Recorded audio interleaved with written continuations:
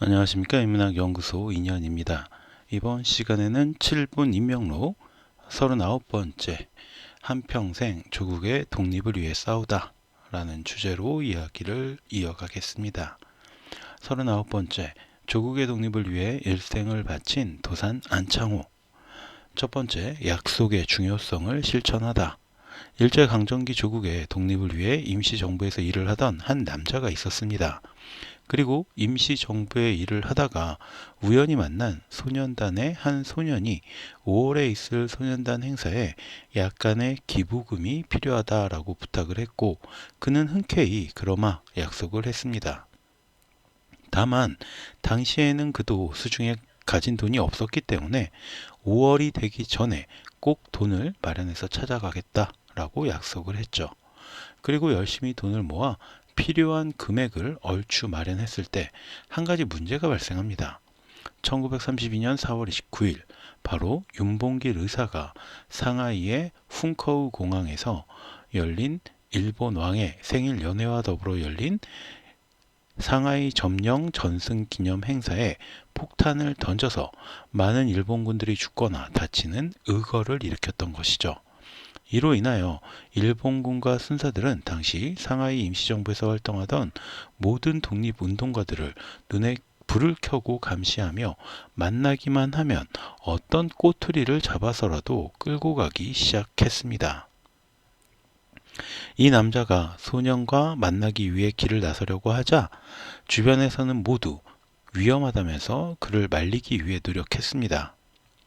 내가 어린 소년과의 약속도 지키지 못한다면 무슨 독립운동을 할 수 있겠소? 약속은 무슨 일이 있어도 지켜야만 하는 것이오. 하지만 이 남자는 이런 말을 남긴 채 그 소년과의 약속을 지키기 위해서 은신처를 벗어났고요. 결국 잠복 중이던 일본 순사들에게 잡혀 감옥에 투옥되어 무려 2년 반 동안 모진 고초를 겪게 됩니다. 하지만 남자는 나라를 지키고 구하는 것은 작은 약속을 소중하게 생각하는 일부터 시작한다라는 마음가짐을 가지고 있었기 때문에 당시의 일을 후회하거나 하지는 않았다고 합니다. 이 남자가 바로 오늘 이야기의 주인공인 도산 안창호 선생입니다. 두 번째, 20살의 명연설가. 1878년 평안남도 강서군 대동강 하류의 한 농가에서 태어난 안창호 선생은 7살 나이에 아버지를 잃는 불운을 겪게 됩니다. 이후 할아버지 밑에서 엄한 교육을 받으며 자란 그가 13살이 되면서 신학문에 눈을 뜨게 되었죠. 그리고 이후부터 기회가 될 때마다 한성에 가서 신학문을 배우고 우리나라를 발전시켜야 한다라는 다짐을 하게 됐습니다. 1895년 청년이 된 안창호는 한성의 구제학당에서 신학문을 제대로 배우기 시작합니다.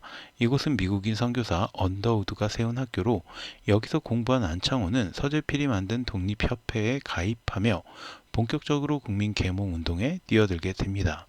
그는 이때에 독립협회 평양지부를 만들기 위해 모임에서 연설을 하게 되는데 당시 그의 연설에 많은 사람들이 감동을 받았다고 합니다. 특히 훗날 종교가이며 교육자, 민족 지도자로 이름을 알린 이승훈 역시 이때 안창호의 연설에 감동해 독립운동가가 되기로 결심을 했다고 합니다. 자, 그러니까 안창호의 연설 실력이 어떠했는지 우리가 짐작해 볼 수 있겠죠.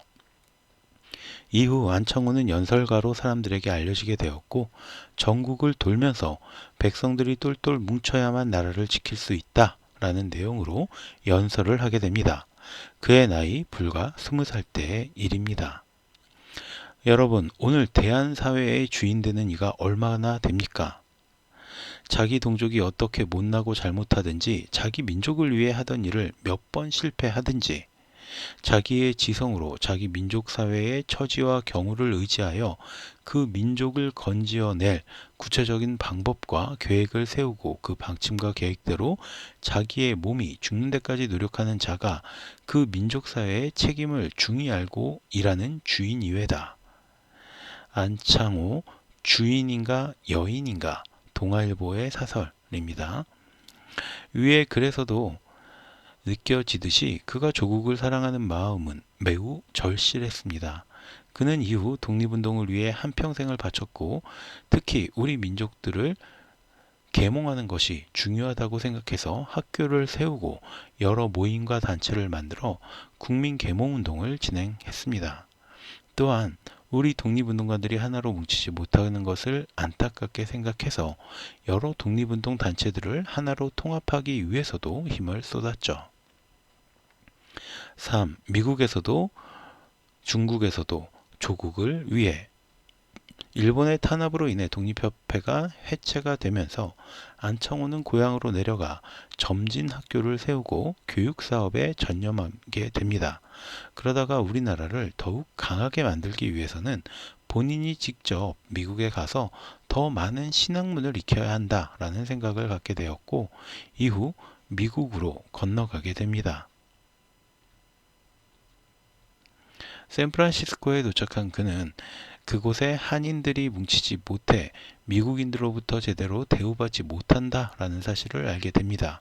그는 이때 비록 남의 나라에 와서 살고 있더라도 천대받지 않고 서로 권익을 보호받기 위해서는 한인들의 모임이 필요하다라고 생각을 했고 사람들을 모아 미국 내의 최초 한인 조직인 샌프란시스코 한인 친목회를 만들게 됩니다. 그는 이렇게 만들어진 친목회를 통해서 한인 노동자들에게 일자리를 주선하고 그 사람들이 정당한 임금을 받을 수 있도록 도움을 주었습니다. 그리고 공동체가 지닌 단합력의 영향력과 중요성을 사람들에게 전파하였죠. 그리고 1905년 일본이 을사조약을 통해 우리나라의 외교권을 빼앗으며 지배욕을 드러내자 안창호는 곧장 조국으로 돌아와 신민회라는 단체를 조직합니다. 1907년 조직된 신민회는 항일 비밀 결사 단체로 당시 일제가 보안법, 신문지법 등의 악법을 만들어 반일적 세체를 띤 계몽운동을 탄압하자 안창호와 윤치호 등 사회 계몽운동가들이 국권 회복 운동을 위해서 비밀리에 조직한 단체였습니다. 또한 안창호는 청년들의 민족정신 교육이 필요하다라는 판단 아래 평양에 대선학교를 세웠으며 우리나라가 강한 나라가 되기 위해서는 자본력 있는 기업이 필요하다라고 생각해서 도자기 회사를 설립하기도 하면서 민족 계몽운동과 독립운동에 전념하였습니다. 그러나 그의 이런 노력에도 불구하고 1910년 대한제국은 일제의 식민지로 전락하고 맙니다. 안창호는 일본 헌병과 경찰들의 탄압을 피하기 위해 중국과 미국을 오가며 독립운동을 계속하였고 앞서 이야기한 일화처럼 1932년 윤봉길 의사의 의거를 계기로 일제가 독립운동가들에 대해 대대적인 검거를 시작하자 일본 경찰에게 체포를 당하게 됩니다. 그리고 2년 6개월 동안 일제의 모진 고문을 받으면서도 조국의 독립에 대한 희망을 잃지 않았던 그는 1935년 2월 10일 가출옥이 되어서 나오게 됩니다. 그러나 온몸이 망가진 상태에서도 전국을 돌아다니며 교육과 연설을 하다가 일제의 감시와 압박에 못 이겨 평남 강서군 대보산에 송태산장을 손수짓고 그곳에 응거를 하게 되죠. 그러던 중 1937년 6월 조선 총독부는 브로나드 운동, 문맹태치 운동에 앞장서 있던 일명 동우회 회원들에 대한 전면적인 수사에 착수하면서 1938년 3월까지 모두 181년을 치안유지법 위반으로 송치했고 이 중 41명을 정식으로 기소하게 됩니다. 이때 안창호 역시 서대문 형무소에 다시 수감이 됐지만 이미 망가질 대로 망가진 몸으로 수감 생활을 시작한 안창호는 결국 쓰러지게 됩니다. 일제는 안창호를 병보석으로 추록시켜 경성제대 부속 병원으로 옮겨서 치료하게 합니다. 그러나 끝내 병마를 이기지 못한 안창호는 1938년 3월 10일 만 59세의 나이로 조국과 영원한 이별을 고하게 됩니다. 당시 안창호의 죽음으로 인해 국민들의 시위가 일어날 것을 걱정한 일제는 장례식의 참석 인원을 제한해서 소수의 인척들만 참석하게 하고 망우리 공동묘지로 가는 길목마다 경계 병력을 세워두기까지 했습니다. 조국 국민들의 계몽과 조국의 독립을 위해 한평생을 온전히 바친 안창호를 기리기 위해 대한민국 정부는 1962년 건국훈장 대한민국장을 추서하였으며 1973년 강남에 도산공원을 조성하고 안창호의 유해와 미국에서 온 부인 이혜련의 유해를 이곳으로 옮겨서 합장을 합니다.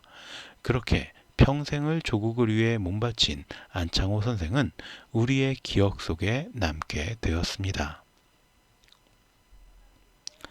자, 오늘 이야기는 여기서 모두 마치도록 하고요. 저는 다음 시간에 또 다른 컨텐츠로 찾아뵙도록 하겠습니다. 오늘 제가 들려드린 이야기가 여러분의 흥미와 호기심을 조금이라도 만족시켜 드렸다면 구독과 좋아요 또 부탁을 드리겠습니다. 감사합니다.